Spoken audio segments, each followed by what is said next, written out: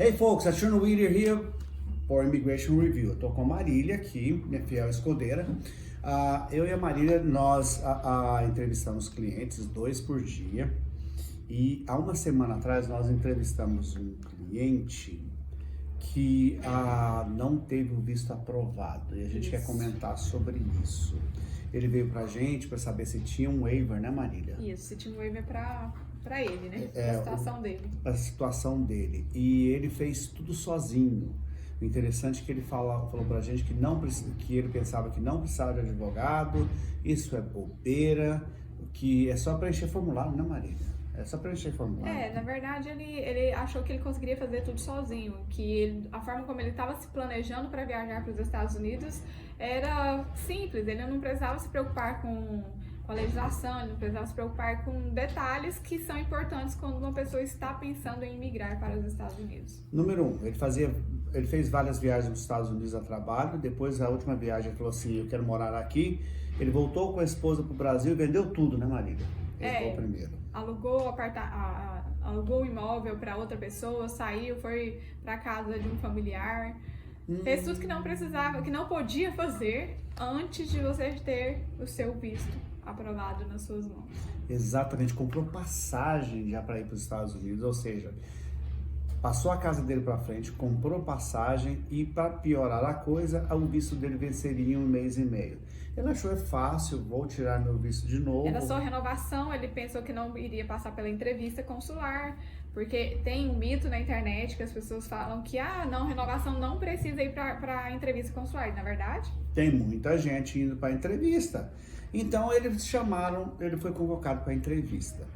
Nesse período, entre o dia que ele aplicou e a data da entrevista, o que ele fez nas redes sociais? Ele trabalha em home office. Isso. E como ele tinha tempo demais, ele foi para as redes sociais, né? Foi para os grupos de Facebook, de brasileiros que estão buscando trabalho nos Estados Unidos, brasileiros que vivem nos Estados Unidos, há centenas de grupos que vocês podem imaginar, e saiu fazendo a pesquisa dele. E escreveu-se em todos. Como fazer para trabalhar nos Estados Unidos, como que eu faço, estou chegando agora, vou com visto de turista, o que eu vou fazer, como que eu faço para poder arrumar um emprego? Então foi fazendo esse tipo de pergunta nos grupos de trabalho, de todos os tipos de grupos para os Estados Unidos. Teve inclusive uma postagem de um picareta que oferecia a conta dele do Uber para que as pessoas comprassem e trabalhassem no nome dele, e ele entrou em contato, como trabalhar no Uber com a sua conta, etc e tal. Aí ele vai para a entrevista, e na entrevista, no consulado de São Paulo, eles disseram, olha, o seu pedido de visto vai para um processo administrativo. Engraçado que ele falava assim, PA, eu fui para PA o tempo todo. E foi. E ele não entendeu o porquê. Aí eles chamaram ele para a segunda entrevista e ele veio. Mesmo. Ele vai para a segunda entrevista e na segunda entrevista eles começam assim, o senhor é ativo nas redes sociais? E ele, não, pera um momentinho. E o entrevistador ia para dentro e ele disse que via conversando com outra pessoa e voltou.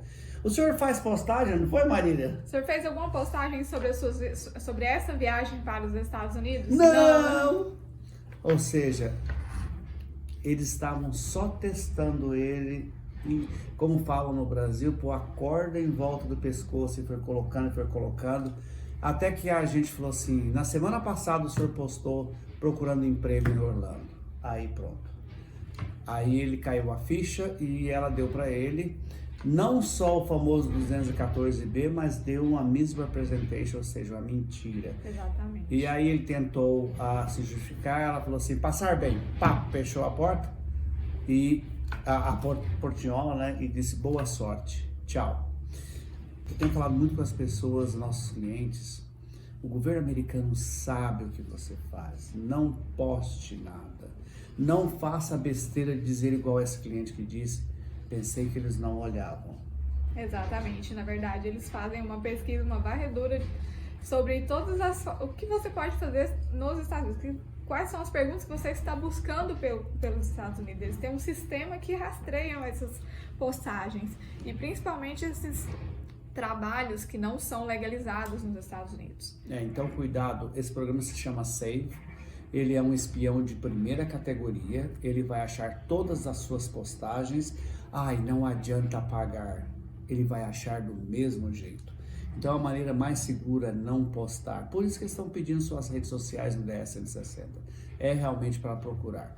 Nós, infelizmente, contamos esse caso ruim aqui no Immigration Review. Mas por quê? Porque nós temos milhares de casos bons de pessoas que vêm aqui para consultar antes de começar. Para se preparar para imigração para os Estados Unidos, né? Você precisa se planejar. É algo que, se você se planeja, você consegue galgar e alcançar o seu futuro green card. Exatamente. Então, planeje. Esse final de semana, a doutora Mara fez um artigo que está no nosso Breaking News, nas nossas redes sociais, sobre planejamento, como se preparar para ir para os Estados Unidos. Leia. Perca tempo para ler, porque não é perder tempo, é ganhar tempo. Marque uma consulta com um advogado de imigração. Não adianta, teve uma pessoa que falou para mim assim, eu não vou marcar com vocês, que vocês cobram. Fulano não cobra. Você acha que alguém que não cobra vai te dar 3, 4 horas do tempo dele para ouvir o seu planejamento? Ele quer que você assine um contrato rápido.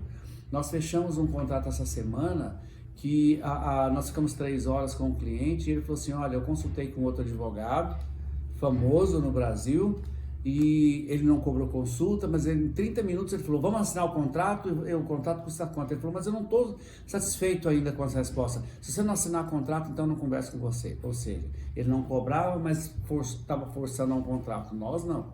Nós te cobramos consulta. Mas nós vamos ficar de 3 a 4 horas, 2 pessoas, eu e a Marília. É uma consulta técnica, né? Eu e a Marília vamos ouvir o seu problema e vamos ver o melhor caminho, porque o melhor caminho é o caminho da legalidade. Esse foi mais um Immigration Review. Aperte o sininho, deixe o seu like, mande a sua pergunta acima de tudo. A sua pergunta faz o Immigration Review.